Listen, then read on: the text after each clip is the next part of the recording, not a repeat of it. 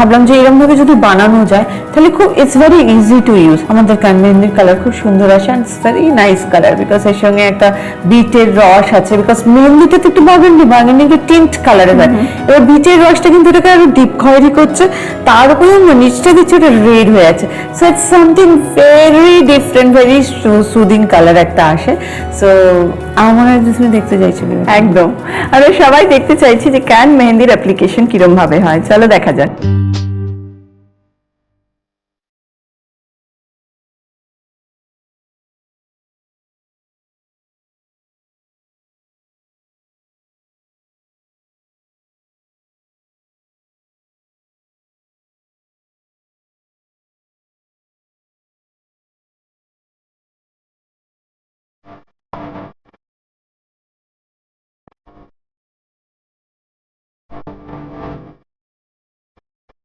দেখে নিলাম ক্যান মেহেন্দি চট জলদি এরকম সুন্দর একটা অ্যাপ্লিকেশন।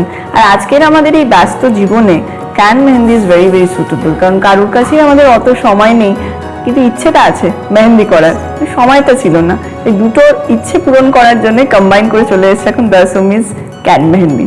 তো ক্যান মেহেন্দির দিকটা তো আমরা দেখলাম, কিন্তু এবার তুমি বলো যে আমরা যদি একটু হেয়ার সেরামের প্রয়োজনীয়তা নিয়ে কথা বলি, তুমি আমাকে বলো যে আমরা তো হেয়ারের কন্ডিশনার, শ্যাম্পু সবই ইউজ করছি, তো এই যে সেরামের কনসেপ্টটা আস্তে আস্তে এলো, আমরা সচেতন হলাম, এই যে ক্যান হেয়ার সেরাম তোমার যেটা রয়েছে, এটা কিভাবে আমাদের চুলকে প্রটেক্ট করছে বা নারিশ করছে? আমরা এইমাত্র ডেমনস্ট্রেশনটা দেখালাম, দেখেছো মেহেন্দির পরে আমরা হেয়ার সেরামটা ইউজ করলাম, কারণ দুটো জিনিস মাথায় রাখতে হবে। মেহেন্দির পরে শ্যাম্পু করা ভীষণ দরকার, বিকজ মেহেন্দি কিন্তু একটা গুঁড়োর মতো হয়। পাতাটাকে যখন আমরা বেটে নিই, মানে শুকিয়ে গুঁড়িয়ে নিই, তখন ওটা গুঁড়ো গুঁড়ো হয়ে যায়।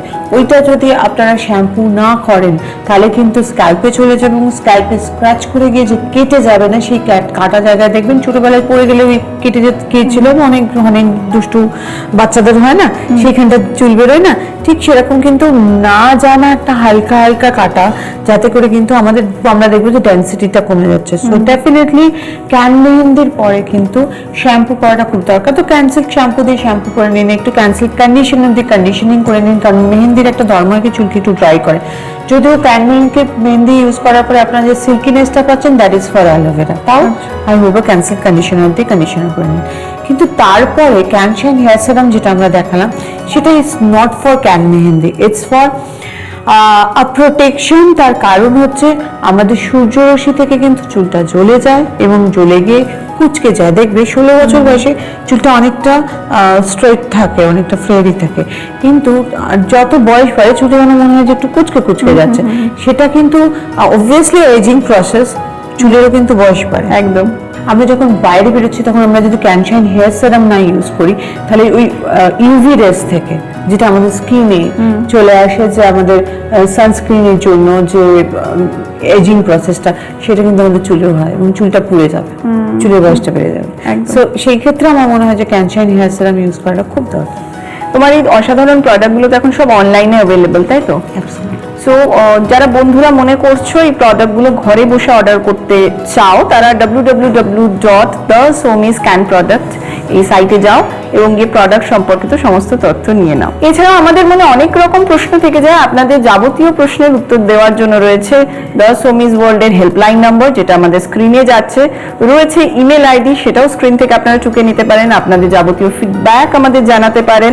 দ্য সোমিজ ওয়ার্ল্ডের নিজস্ব পেজ রয়েছে, আর সমিতি তো রয়েছেই আমাদের কাছে, জাস্ট আ কল অ্যাওয়ে। আর সমিতি, আজকে তো সময় আমাদের এখানে শেষ, কিন্তু আরো তোমার থেকে অনেক ইনফরমেশনস নেওয়া বাকি, সেটার জন্য পরের এপিসোডে দেখা হবে। ভালো থাকবেন।